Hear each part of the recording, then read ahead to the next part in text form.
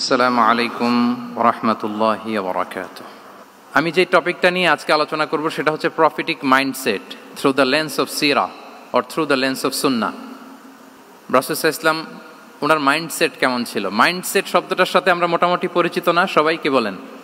Mindset মানে কি? মনস্তত্ত্ব, তাই তো? মানুষের মেন্টাল অ্যাটিটিউড, সে যেভাবে ভাবে, যেভাবে চিন্তা করে, একটা মানুষ তার চারপাশের জগৎটাকে যেভাবে দেখে, যেভাবে ভাবে, যেভাবে চিন্তা করে এবং যেভাবে সে সিদ্ধান্ত নেয়, এটাকে বলে তার mindset, the way of thinking. তো রাসূলুল্লাহ সাল্লাল্লাহু আলাইহি ওয়া আলিহি ওয়াসাল্লামের মাইন্ডসেট কেমন ছিল? তিনি বিভিন্ন সিচুয়েশনে কিভাবে এই সিচুয়েশনটাকে ডিল করতেন, ওনার অ্যাপ্রোচ কেমন ছিল, কোন পরিস্থিতিতে কিভাবে রিয়্যাক্ট করতেন, কিভাবে রেসপন্স করতেন, কিভাবে থিঙ্ক করতেন, কিভাবে ডিসিশন মেকিং করতেন, এই টোটাল বিষয়টাকে আজকে আমরা prophetic mindset through the lens of সিরাতে কভার করবার চেষ্টা করবো ইনশাআল্লাহ। একটু ভারী টপিক, তারপরে খুব সহজ করে উপস্থাপন প্রেজেন্টেশন করতে পারলে এটা বোঝা যাবে ইনশাআল্লাহ বিইذনিল্লাহ। তাহলে আমি প্রায়ই রাসূল সাল্লাল্লাহু আলাইহি ওয়াসাল্লামের মাইন্ডসেট বোঝানোর জন্য সিরাতে ঢুকে যাব, মানে রাসূল সাল্লাল্লাহু আলাইহি ওয়াসাল্লামের আসিরা আল আতিরা আল মুবারাকা, ওনার বায়োগ্রাফিতে প্রবেশ করব এবং সেখান থেকে রেফারেন্সগুলো শেয়ার করব আপনাদের সাথে, এবং সুন্নাহ থেকে রেফারেন্স শেয়ার করব, যাতে করে আমাদের কাছে ক্লিয়ার হয় যে ওনার মাইন্ডসেটটা কেমন, দৃষ্টিভঙ্গি কেমন। আমরা অনেকে বলি না যে দৃষ্টিভঙ্গি বদলান তো জীবন বদলে যাবে, এটা বলি না আমরা? তার মানে এটা খুব গুরুত্বপূর্ণ, মাইন্ডসেট খুব গুরুত্বপূর্ণ। আমরা প্রফিটিক মাইন্ডসেট নিয়ে কথা বলবো ইনশাআল্লাহ। আমি আমার রিসার্চে 12টা মাইন্ডসেট খুঁজে পেয়েছি, based on my personal research. আরও কিছু মাইন্ডসেট থাকতে পারে, কিন্তু মেইনলি ঘুরে ফিরে এই 12টার মধ্যেই সীমাবদ্ধ রাসূল সাল্লাল্লাহু আলাইহি ওয়াসাল্লামের মাইন্ডসেট। সেই 12টা মাইন্ডসেট কি কি, আমি পয়েন্টগুলো উল্লেখ করে আমি মূল আলোচনাতে প্রবেশ করছি। প্রথম হচ্ছে গড সেন্ট্রিক মাইন্ডসেট, 2 নম্বরে ভিশন ওরিয়েন্টেড, 3 নম্বরে উইজডম ড্রিভেন, 4 নম্বরে রিফর্ম সেন্ট্রিক, 5 নম্বরে ওপেন মাইন্ডেড, 6 নম্বর এন্টারপ্রেনাল, 7 নম্বর কনসিডারেট, 8 নম্বর ট্রান্সপারেন্ট, 9 নম্বর অ্যাপ্রিসিয়েটিভ, 10 নম্বর হচ্ছে ফ্লেক্সিবল, 11 নম্বর অপটিমিস্টিক, 12 নম্বর হচ্ছে resilient. Based on my research, আমার ক্ষুদ্র গবেষণা আমি খুঁজে পেয়েছি যে রাসূল সাল্লাল্লাহু আলাইহি ওয়াসাল্লাম এই ধরনের মানসিকতার অধিকারী ছিলেন, এই অ্যাপ্রোচের অধিকারী ছিলেন। প্রথম যেই মাইন্ডসেটটা নিয়ে আমরা আলোচনা করব সেটা হচ্ছে গড সেন্ট্রিক মাইন্ডসেট বা আল্লাহ সেন্ট্রিক মাইন্ডসেট। অর্থাৎ রাসূল সাল্লাল্লাহু আলাইহি ওয়াসাল্লাম যে কোনো কাজে তিনি আল্লাহ তাআলাকে ফিল করতেন, সব কিছু ছিল আল্লাহ তাআলা কেন্দ্রিক। যাই তিনি করতেন না কেন, একজন মহান সত্তার সন্তুষ্টির জন্যই তিনি সেটা করতেন। তিনি কে? আওয়াজ করে বলুন, তিনি কে? আল্লাহ সুবহানাহু ওয়া তাআলা। তার সন্তুষ্টির জন্যই তিনি সব কিছু করতেন এবং সবসময় তিনি এটা ফিল করতেন যে আমার আসল ভরসা স্থল হচ্ছে আল্লাহ তাআলা। আসল ভরসা স্থল কে? আল্লাহ তাআলা। এবং আল্লাহকেই তিনি ওনার নিজের অভিভাবক হিসেবে সবসময় চিন্তা করতেন এবং তার দয়ার পরশেই যে আমরা বেঁচে আছি, তিনি যে আমাকে আগলে রেখেছেন, সার্বক্ষণিক এটাকে মনের মধ্যে ধারণ করা, সবসময় এই চিন্তাটা ভেতরে লালন করা, এটাকেই বলে গড সেন্ট্রিক মাইন্ডসেট বা আল্লাহ সেন্ট্রিক মাইন্ডসেট। এই মাইন্ডসেটের অধিকারী যদি আপনি হতে পারেন, আপনি একটা ডিভাইন পাওয়ার শিল্ডের ভেতরে থাকবেন, একটা ডিভাইন প্রোটেকশনে থাকবেন। চারিদিকে তুফান, ঝঞ্ঝা, ঝড়, অনেক কিছু, কোনো কিছুই আপনাকে স্পর্শ করবে না, কারণ আপনার গড সেন্ট্রিক মাইন্ডসেট আছে। একটা মহাশক্তিধর সত্তার সাথে আপনার সংযোগায়ন আছে, কানেক্টিভিটি আছে। সো প্রথম মাইন্ডসেটটা হচ্ছে গড সেন্ট্রিক মাইন্ডসেট। রাসূল সাল্লাল্লাহু আলাইহি ওয়াসাল্লাম সবসময় সব কিছু আল্লাহ তাআলার সন্তুষ্টির জন্য করতেন এবং তিনি ভাবতেন আমার কেউ না থাক, আল্লাহ আছে। যার কেউ নাই তার কে থাকে? আল্লাহ আছে। এটাই হচ্ছে গড সেন্ট্রিক মাইন্ডসেট। আসুন আমরা সিরাতের ভেতরে ঢুকে যাই, যেহেতু আমরা বলেছি থ্রু দ্য লেন্স অফ সিরা। সিরাতের পরতে পরতে, সুন্নাহর পরতে পরতে আমরা দেখব যে তিনি গড সেন্ট্রিক মাইন্ডসেটের অধিকারী ছিলেন কিনা। আল্লাহর হাবিব সাল্লাল্লাহু আলাইহি ওয়া আলিহি ওয়াসাল্লাম একবার একটা যুদ্ধ থেকে ফেরার পথে মরুভূমির মাঝখানে সেনাবাহিনীকে থামিয়ে বিশ্রামের ঘোষণা দিলেন যে তোমরা একটু বিশ্রাম নাও। তো উনি একটা গাছের নিচে বিশ্রামের জন্য গেলেন এবং সেখানে গাছের ডালে ওনার তলোয়ারটা ঝুলিয়ে রাখলেন, ঝুলিয়ে বিশ্রাম নিতে লাগলেন, ঘুমিয়ে পড়লেন। হঠাৎ এক বেদুইন এসে রাসূল সাল্লাল্লাহু আলাইহি ওয়াসাল্লামের এই কোষবদ্ধ তলোয়ারটা কোষমুক্ত করে এরকম হাতে নিল। রাসূল সাল্লাল্লাহু আলাইহি ওয়াসাল্লাম ঘুম থেকে জেগে উঠলেন। এবার বেদুইন বলতে আরম্ভ করলো, মাইয়ামনাউকা মিন্নি, এই মুহাম্মদ তোমাকে এবার কে বাঁচাবে বলো, এই তো আমার হাতে তলোয়ার, কে বাঁচাবে? সাথে সাথেই আল্লাহর হাবিব সাল্লাল্লাহু আলাইহি ওয়া আলিহি ওয়াসাল্লাম উনি উত্তরে বললেন আল্লাহ। উত্তরে কি বললেন? কোনো চিন্তা ভাবনা নাই যে ওরে আঘাত করা যায় কিনা পাল্টা, বা কোনোভাবে ওর কনফিডেন্স ডাউন করা যায় কিনা, এদিক সেদিক কারো সাপোর্ট চাওয়া যায় কিনা, কোনো দিকে না তাকিয়ে কি বললেন? আল্লাহ। সব সময় তিনি আল্লাহ কেন্দ্রিক ছিলেন। এটাকে বলে গড সেন্ট্রিক মাইন্ডসেট। যে কোনো পরিস্থিতিতে তিনি আল্লাহ যে আমার সাথে আছেন এটা কল্পনা করতেন। এবং সুনানে আবু দাউদের একটি বর্ণনা এসেছে, রাসূল সাল্লাল্লাহু আলাইহি ওয়াসাল্লাম কানা নবী সাল্লাল্লাহু আলাইহি ওয়াসাল্লাম ইযা হাযাবাহু আমরুন সাল্লা, তাকে যখন কোনো জিনিস বিচলিত করত তিনি জায়নামাজের মুসল্লায় দাঁড়িয়ে যেতেন, সালাতের জন্য দাঁড়িয়ে যেতেন। বিপদে পড়লেই আল্লাহর কাছে সেটা সঁপে দিতেন, শেয়ার করতেন। আমরা বর্তমানে কোনো বিপদে পড়লেই কি করি? আগে কোথায় শেয়ার করি? ফেসবুকে। আসলে করা উচিত কার সাথে? হ্যাঁ, আমার স্ত্রীর সাথে শেয়ার করার আগেও শেয়ার করব কার সাথে? আমার বন্ধুর সাথে শেয়ার করার আগেও শেয়ার করব কার সাথে? আল্লাহর সাথে।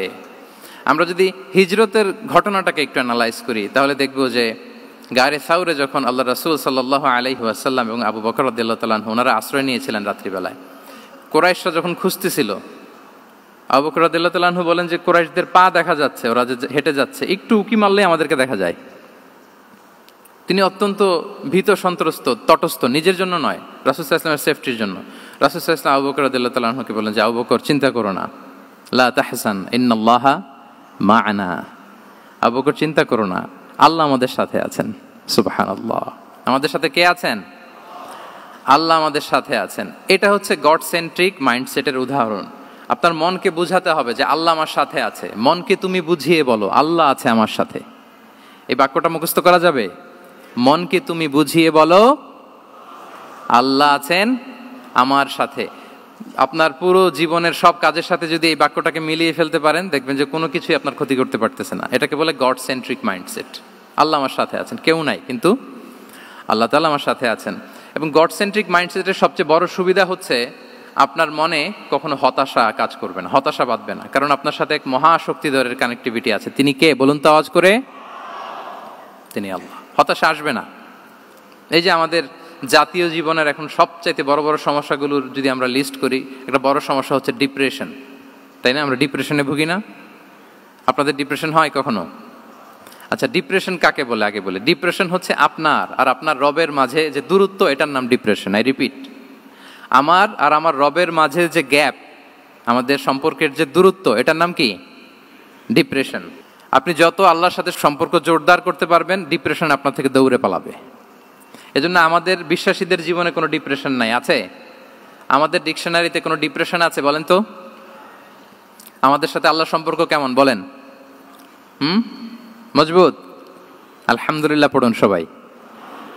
তাহলে ডিপ্রেশন হচ্ছে আপনার আর আপনার রবের মাঝে যে দূরত্ব, এই দূরত্ব দূর করে দেন, ডিপ্রেশন আপনিই পালাবে। আমরা আরও কিছু সিরা থেকে ইনসিডেন্ট নিয়ে দেখি যে গড সেন্ট্রিক মাইন্ডসেটটা কেমন। দ্বিতীয় হিজরিতে যে বদরের যুদ্ধ হলো, সে বদরের যুদ্ধে ইবনে মাসউদ রাদিয়াল্লাহু তাআলা আনহু তিনি বর্ণনা করেন যে আল্লাহ রাসূল সাল্লাল্লাহু আলাইহি ওয়াসাল্লাম আগামীকাল যুদ্ধ, এর আগের দিন রাতে তিনি হাত তুলে এরকম দোয়া করতেছিলেন। আমরা তো এইভাবে দোয়া করি, আল্লাহর হাবিব সাল্লাল্লাহু আলাইহি ওয়া আলিহি ওয়াসাল্লাম তিনি দোয়া করতে করতে ইমোশনালি হাত এরকম উঁচু করে, হাত্তা ইউরা বায়াদু ইবতাইহি, বগলের শুভ্রতা দেখা যাচ্ছিল, উনি দোয়া করতেছিলেন আল্লাহুম্মা আনজিজলি মা ওয়া'আতানি, আল্লাহুম্মা আতিনি মা ওয়া'আতানি, আল্লাহ তুমি যে বিজয় দিবে বলে প্রতিশ্রুতি করেছিল ওই বিজয় আমাদেরকে দাও, ওই ভিক্টরি আমাদেরকে দাও, দোয়া করছিলেন। সাইয়েদনা আলী রাদিয়াল্লাহু তাআলা আনহু উনি বর্ণনা করছেন যে বদরের যুদ্ধের আগের রাতে আমরা সবাই ঘুমোচ্ছিলাম, কিন্তু রাসূল সাল্লাল্লাহু আলাইহি ওয়াসাল্লামকে দেখলাম যে না, উনি হাত তুলে শুধু আল্লাহর কাছে কান্না করছেন, দোয়া করছেন।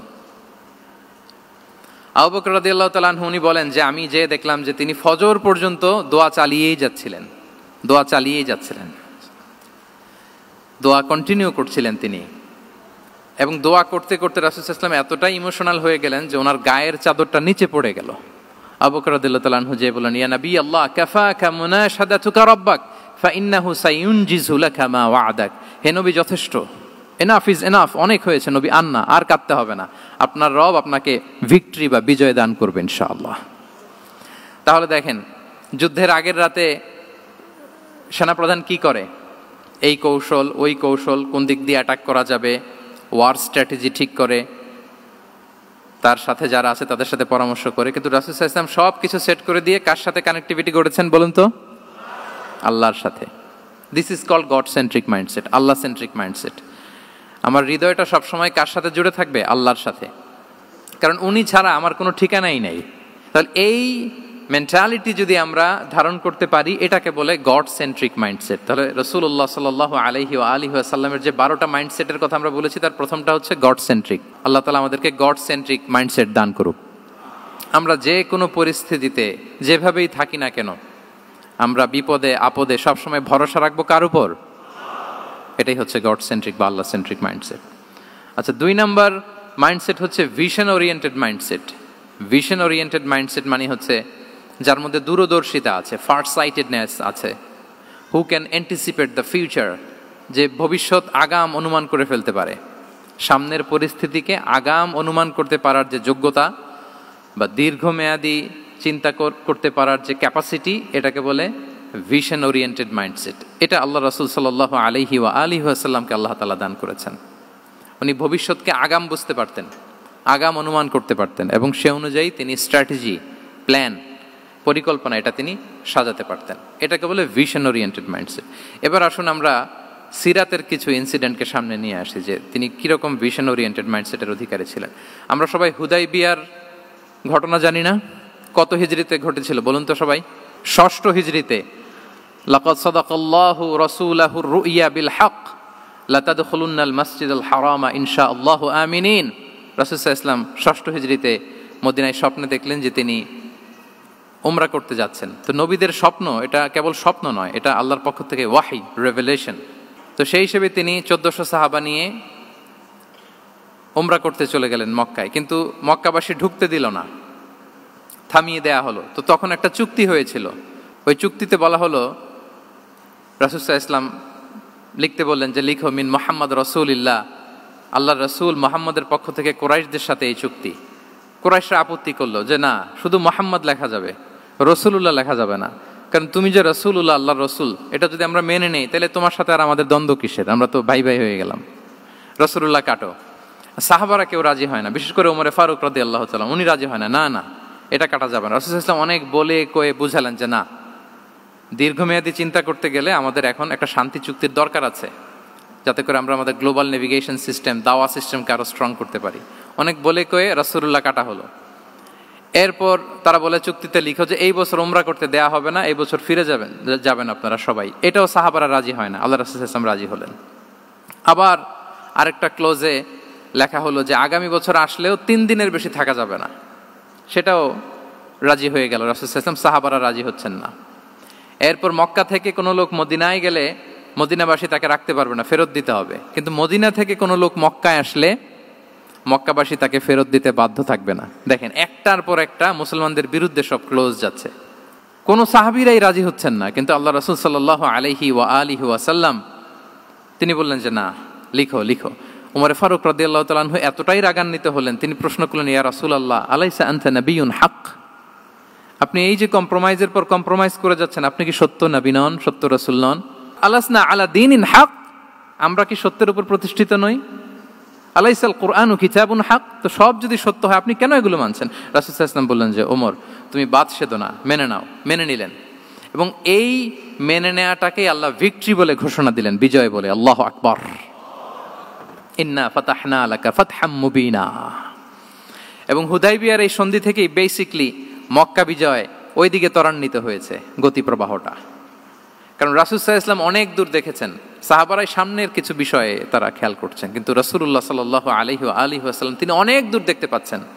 আচ্ছা বলেন, 3 তলার উপর থেকে একজন একটা ভিউ দেখতে পায়, আর 30 তলা উপর থেকে আরেকজন একটা কন্ডোমিনিয়ামের উপর থেকে একটা পানোরামিক ভিউ দেখতে পায়, দুইজনের ভিউ দেখা কি একরকম হয়? বলেন, একরকম হবে? কখনোই হবে না। তাহলে 30 তলার উপর থেকে যিনি দেখবে তিনি একটা পানোরামিক ভিউ দেখবে, দ্য টোটাল সিনারিও তার কাছে ক্রিস্টাল ক্লিয়ার হবে, যেটা সাহাবা রিদওয়ানুল্লাহি তাআলা আলাইহিম আজমাইন ওনাদের কাছে ক্লিয়ার ছিল না। এবং ঠিকই এই যে এটা তো বেশি দিন স্থায়ীও হয়নি, 6ষ্ঠ হিজরি থেকে 8ম হিজরি, মাত্র 3 বছরের ব্যবধানে রাসূল সাল্লাল্লাহু আলাইহি ওয়াসাল্লাম যত রিজিওনাল সুপার পাওয়ার ছিল, ওয়ার্ল্ড সুপার পাওয়ার ছিল, পার্সিয়ান এম্পায়ার, তারপর Roman empire, Byzantine empire, Egyptian empire, সব এম্পায়ারদের কাছে চিঠি পাঠিয়েছেন, সালামুন আলা মান ইত্তাবা আল হুদা আসলিম তাসলাম। এবং ইসলামের এক্সপান্ড হয়েছে, ওনার গ্লোবাল নেভিগেশন সিস্টেম উনি চালু করেছেন। এর কারণ কি? উনি ছিলেন ভিশন ওরিয়েন্টেড মাইন্ডসেটের অধিকারী, দূরদর্শী, অনেক দূর দেখতে পেতেন, অনেক দূর তিনি দেখতে পেতেন, দীর্ঘমেয়াদী তিনি পরিকল্পনা করতে পারতেন। এটা হচ্ছে ভিশন ওরিয়েন্টেড মাইন্ডসেট যারা হয় তাদের ক্যারেক্টারিস্টিক্স বা ফিচার। আরও একটা উদাহরণ দেই, আপনারা কি বলতে পারেন আবিসিনিয়াতে নবুয়তি কত সালে সাহাবারা হিজরতে গিয়েছিল? বলতে পারবেন কেউ? হ্যাঁ, নবুয়তি কত সালে? 5ম সালে। হ্যাঁ, নবুয়তি 5ম বছর ওনারা আবিসিনিয়াতে, বর্তমানে যেটা ইথিওপিয়া বা ইরিত্রিয়া, সেখানে সাহাবারা হিজরতে গিয়েছিলেন। এবং আবিসিনিয়াতে এই যে হিজরতে গেল, তারা সবাই মিলে ফিরে এসেছিল মদিনায় কবে? এটা কি কেউ জানেন? আল্লাহ আকবার, মাশাআল্লাহ মাশাআল্লাহ। বসুন। খায়বার বিজয়ের দিন এসেছিলেন। আবিসিনিয়াতে যারা হিজরতে গিয়েছিলেন তারা মদিনায় ব্যাগ এন্ড ব্যাগেজ সব কিছু নিয়ে খায়বার বিজয়ের সময়, মানে 7ম হিজরিতে এসেছিলেন। তো রাসূল সাল্লাল্লাহু আলাইহি ওয়াসাল্লাম যখন মক্কা থেকে মদিনায় হিজরত করলেন, সব সাহাবারা মদিনায় চলে আসছেন। মদিনায় এখন একটা ইসলামিক সোসাইটি, ইসলামিক স্টেট। বদরের যুদ্ধে মুসলমানদের বিজয়, খন্দকে বিজয়, খন্দক তো 5মে। তারপরে ওনারা কেন আসে না বলেন তো? আসেনি। 7ম হিজরিতে এসেছেন। জাফর রাদিয়াল্লাহু তাআলা আনহুর নেতৃত্বে, সাইয়েদনা আলী রাদিয়াল্লাহু তাআলা আনহুর আপন ভাই, বড় ভাই, ওনার নেতৃত্বে যখন 7ম হিজরিতে ওখানে যাওয়ার 15 বছর পর যখন তারা সবাই ফিরলেন, রাসূল সাল্লাল্লাহু আলাইহি ওয়াসাল্লাম এত খুশি হলেন, তিনি বললেন, মা আদরি বিআইয়িহিমা আনা আফরাহ বিফাতহি খাইবার আও বিকুদুমি জাফর।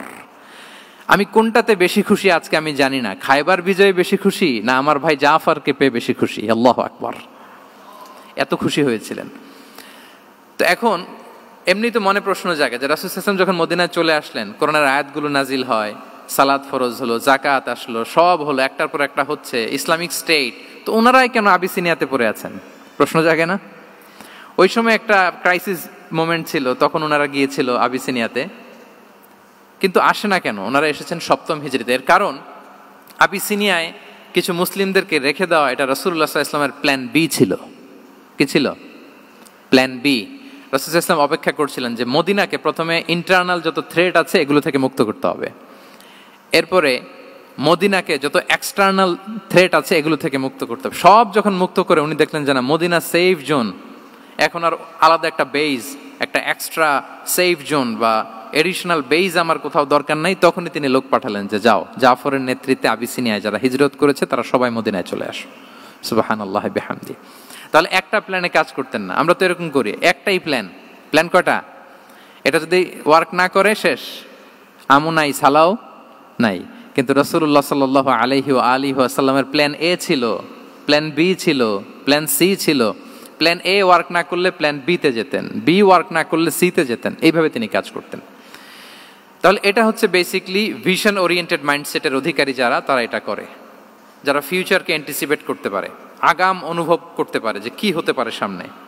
এই যে বাংলাদেশের বিভিন্ন প্ল্যান পরিকল্পনায় আমরা দেখা যায় যে এখান দিয়ে একটা ব্রিজ করে পরে ভাঙতে হয়, রাস্তা একটা তৈরির পরে ভাঙতে হয়, কোথায় এক টানেল হয়ে আছে প্রতি মাসে মাসে এখন লস হয়, তারপর 1 ঘন্টা বৃষ্টি হলে পুরো ঢাকা শহর এটা বন্যা হয়ে যায়। এগুলো হচ্ছে একাধিক প্ল্যান না থাকা, ভিশনারি অ্যাটিটিউডের অধিকারী না হওয়ার কারণে এই ঝামেলাগুলো আমাদের হচ্ছে। তো প্রফেটিক সিরার এই প্রফেটিক মাইন্ডসেট থেকে আমাদের নেয়ার বিষয় হচ্ছে এটা, যে আমাদেরকে ভিশনারি অ্যাটিটিউডের হতে হবে। রাসূল সাল্লাল্লাহু আলাইহি ওয়াসাল্লাম ভিশন ওরিয়েন্টেড মেন্টালিটির ছিলেন। আগাম, আজ থেকে 50 বছর পরে বাংলাদেশে কি ক্রাইসিস হতে পারে, আজ থেকে ঠিক 100 বছর পরে বাংলাদেশে কি হতে পারে, ওই রোড ম্যাপকে সামনে রেখে আমাদেরকে প্ল্যান করতে হবে। এটাকে বলে ভিশন ওরিয়েন্টেড মাইন্ডসেটের অধিকারী হওয়া। 3 নাম্বার হচ্ছে উইজডম ড্রিভেন মাইন্ডসেট। উইজডম মানে হচ্ছে প্রজ্ঞা। প্রজ্ঞা কি? জ্ঞান আর কমন সেন্স দুইটা একসাথে হইলে ওইটারে প্রজ্ঞা বলে। When the knowledge and common sense join together, it reflects as wisdom. আপনার জ্ঞান এবং আপনার কমন সেন্স একসাথে হইলে ওইটা উইজডম হয়ে যায়। রাসূল সাল্লাল্লাহু আলাইহি ওয়াসাল্লাম ছিলেন প্রজ্ঞায় সমৃদ্ধ এক মননের অধিকারী। ওনার সব কিছুতেই প্রজ্ঞা ছিল। উইজডম ইন গিভিং অ্যাডভাইস, উপদেশ দেওয়ার সময় ছিল। উইজডম ইন পলিসি মেকিং এর সময় সেখানে প্রজ্ঞা ছিল। Wisdom in action strategic plan, কোনো স্ট্র্যাটেজিক প্ল্যানের ক্ষেত্রে প্রজ্ঞা ছিল। রাসূল সাল্লাল্লাহু আলাইহি ওয়াসাল্লাম একই প্রশ্নের উত্তর এক একজনকে এক একভাবে দিতেন। অনেক সাহাবারা জিজ্ঞেস করতেন যে রাসূলুল্লাহ একই প্রশ্ন, একে বললেন এইটা, ওরে বললেন ওইটা, ওরে বললেন আরেকটা, এটা কেন? তো রাসূল সাল্লাল্লাহু আলাইহি ওয়াসাল্লাম বললেন যে আমি জানি ওর কিসে ঘাটতি, আমি জানি ওর কি প্রয়োজন, আমি জানি ওকে কোন নাসিহাটা দিলে কাজ করবে, ফলে এক একজনকে আমি এক একভাবে ক্লারিফাই করেছি। আল্লাহু আকবার। This is called wisdom. আচ্ছা, উইজডম, রাসূল সাল্লাল্লাহু আলাইহি ওয়াসাল্লাম যে উইজডম ড্রিভেন মাইন্ডসেটের অধিকারী ছিলেন, এটার কয়েকটা এক্সাম্পল আমরা সিরাত থেকে দেখি। মক্কা বিজয় হয়েছে কত হিজরিতে? অষ্টম হিজরিতে যখন মক্কা বিজয় হলো, তখন রাসূল সাল্লাল্লাহু আলাইহি ওয়াসাল্লাম আম্মাজান আয়েশার সাথে গল্প করছিলেন আর বলছিলেন, আয়েশা, লাউলা হাদাসাতু আহদি কওমিকা বিল কুফরি লা নাকাতুল কাবাতা ওয়া লা জাআলতুহা আলা আসাসি ইব্রাহিম। আয়েশা, তোমার এই মক্কাবাসী, তোমার এলাকার লোকজন যদি একটা ক্যাওস সৃষ্টি না করতো, তাহলে কাবার যে আসল শেপ, আমি ওই আসল শেপে এটাকে ফেরত নিতাম, কিন্তু নিতে গেলে এখন একটা ঝামেলা বাঁধবে, এজন্য নিব না। ব্যাপারটা হচ্ছে, আমরা এখন যে কাবাটাকে দেখি এটা হচ্ছে স্কয়ার আকৃতির। স্কয়ার মানে কি? বর্গাকৃতি, তাই তো? বর্তমান কাবা কোন আকৃতির বলেন তো?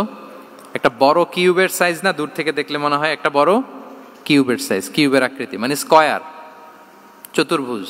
কিন্তু সাইয়েদনা ইব্রাহিম আলাইহিস সালাম যে কাবা নির্মাণ করেছিলেন, এটা কিন্তু এরকম কিউব ছিল না, ওইটা ছিল রেক্ট্যাঙ্গেল। রেক্ট্যাঙ্গেল ছিল, মানে আয়তাকৃতির ছিল, এরকম লম্বা।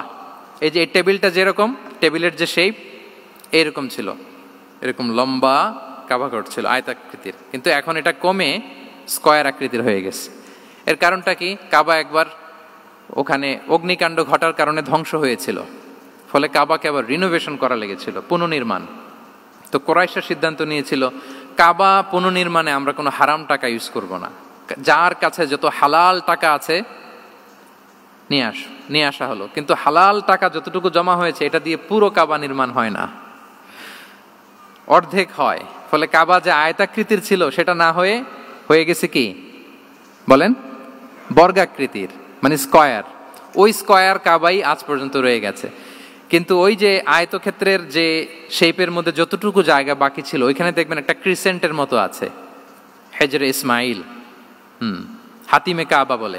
ওইটার ভিতরে নামাজ পড়া আর কাবার ভিতরে নামাজ পড়া একই হুকুম। ওইটার ভিতরে নামাজ পড়া আর কাবার ভিতরে নামাজ পড়া কি একই হুকুম। ফলে ওই হাতিমের ভেতরে ফরজ সালাত আদায় হয় না, নফল সুন্নাত পড়া যায়।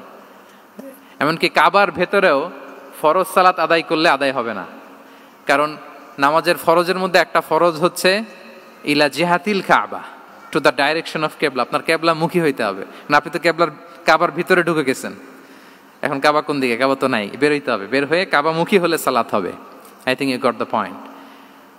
তো তাহলে রাসূল সাল্লাল্লাহু আলাইহি ওয়াসাল্লামের উইজডম বা প্রজ্ঞাটা এখানে দেখেন। আম্মাজান আয়েশা রাদিয়াল্লাহু তাআলা আনহাকে উনি বললেন যে, আয়েশা, মক্কা তো বিজয় হলো, মক্কার কন্ট্রোল তো এখন আমার হাতে। চাইলে আমি কাবাকে ভেঙে সেই ইব্রাহিম আলাইহিস সালামের যে বেইজ, ওরকম লম্বা করে শেপ দিতে পারি, কিন্তু দিব না। কেননা দিলে মক্কা একটা ক্যাওস হতে পারে। কি হতে পারে? কারণ তারা একেবারে ভেরি রিসেন্ট মুসলমান হয়েছে, তারা না বুঝেই বলবে যে সেই আদি কাবা, মুহাম্মদ এই কাবার অপমান করেছে, কাবাকে ভুলুণ্ঠিত করেছে, সম্মানকে নষ্ট করেছে, এরকম একটা কোশ্চেন রাইজ করতে পারে। এই জন্য আমি করলাম না। সুবহানাল্লাহ। This is called wisdom. এটাকে কি বলে? প্রজ্ঞা। এটাকে প্রজ্ঞা বলে। তাহলে আপনার জ্ঞান এবং আপনার কমন সেন্স দুইটা যখন কানেক্ট করে, তখন সেটা প্রজ্ঞা হয়।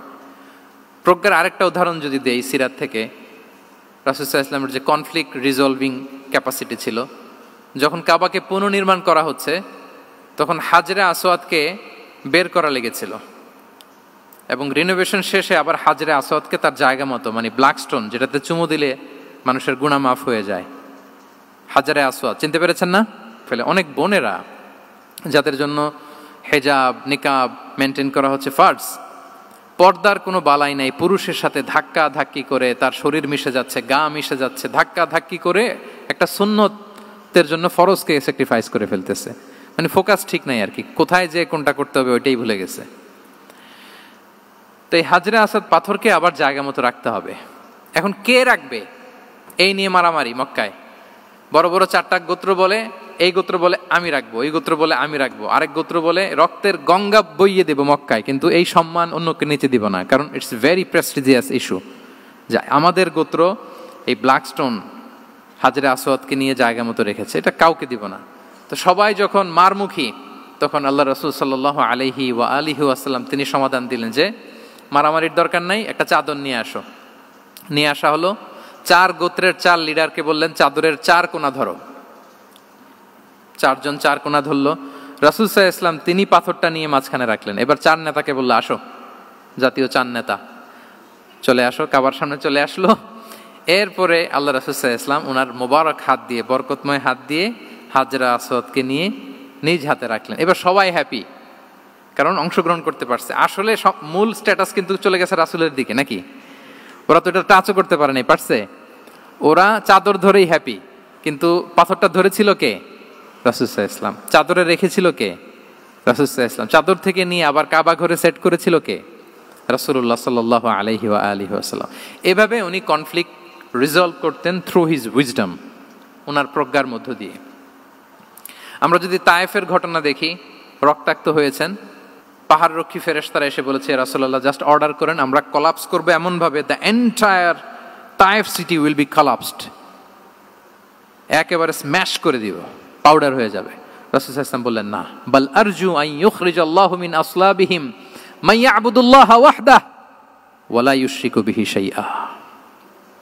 তিনি বললেন, না, ওদেরকে ধ্বংস করে দিও না, ওদেরকে ধ্বংস করলে লা ইলাহা পড়বে কে? সুবহানাল্লাহ। কি উইজডম ড্রিভেন ছিলেন উনি। উনি বলেন যে আমি আশা করি, প্রত্যাশা রাখি, দোয়া করি যে ওরা আমাকে প্রত্যাখ্যান করেছে, কিন্তু ওদের যে নেক্সট জেনারেশন, ওরা সাক্ষী দেবে আশহাদু আল্লাহ ইলাহা ইল্লাল্লাহ ওয়া আশহাদু আন্না মুহাম্মাদার রাসূলুল্লাহ। এবং তাই হয়েছে। এখন তায়েফে যান, চারদিক থেকে আল্লাহু আকবার ধ্বনিতে মুখরিত তায়েফ, এবং এত চমৎকার শহর, এটা একটা ট্যুরিস্ট ডেস্টিনেশন হয়ে গেছে। সৌদি আরবিয়াতে যারা যায়, তায়েফ না গেলে লোকদের ভালো লাগে না। ঠান্ডা, সবুজ শ্যামল, রেইনফল হয়, ফলমূল পাওয়া যায়। আব্দুল্লাহ ইবনে আব্বাস রাদিয়াল্লাহু তাআলা আনহুর স্মৃতিধন্য মসজিদ আছে, অনেকগুলো ইউনিভার্সিটি আছে, ইসলামিক ইনস্টিটিউশন আছে। এই যে নয়নাভিরাম তায়েফ, এটা রাসূল সাল্লাল্লাহু আলাইহি ওয়াসাল্লামের উইজডমের ফসল। ওই দিন যদি রাগের চোটে বলতো যে হ্যাঁ দাও, স্ম্যাশ করে দাও, তাইলে এই যে যারা শাহাদা পড়েছে, নও মুসলিম হয়েছে, এটা কিন্তু হতো না। তাহলে এটা হচ্ছে রাসূল সাল্লাল্লাহু আলাইহি ওয়াসাল্লামের প্রজ্ঞার একটা উদাহরণ। আর একটা উদাহরণে যাই।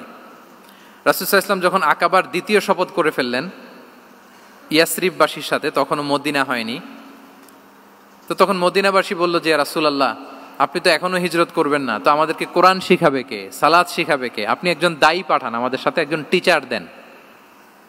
রাসূল সাল্লাল্লাহু আলাইহি ওয়াসাল্লাম তখনও মদিনাতে হিজরতে যাননি, আমাদের সাথে একজন দায়ী পাঠাবেন। তো রাসূল সাল্লাল্লাহু আলাইহি ওয়াসাল্লাম একজনকে দায়ী হিসেবে পাঠিয়েছিলেন। বলেন ওই দায়ীর নাম কি? কি নাম? মুসআব ইবনে উমাইর রাদিয়াল্লাহু তাআলা আনহু, যিনি উহুদের যুদ্ধে শহীদ হয়েছিলেন, উনাকে পাঠিয়েছিলেন। দেখেন, উনি আবু বকর রাদিয়াল্লাহু তাআলা আনহুকে পাঠান নাই, পাঠিয়েছেন ওমর ফারুককে, ওসমান রাদিয়াল্লাহু তাআলা আনহু, আলী রাদিয়াল্লাহু তাআলা আনহু, কাউকে পাঠাইছেন? কারে পাঠালেন? মুসআবকে। এর কারণ হচ্ছে উনি দেখতে খুব স্মার্ট ছিলেন, খুব ড্যাশিং ফেসের অধিকারী ছিলেন, মক্কার এলিট ফ্যামিলির একজন যুবক ছিলেন, এবং উনি সবচাইতে দামি দামি পারফিউম কালেক্ট করে ওইটা দিতেন। উনি মক্কার কোনো রাস্তা দিয়ে হেঁটে গেলে লোকজন বুঝতো এই রাস্তা দিয়ে কিছুক্ষণ আগে হেঁটে গিয়েছে মুসআব ইবনে উমাইর। সুবহানাল্লাহ।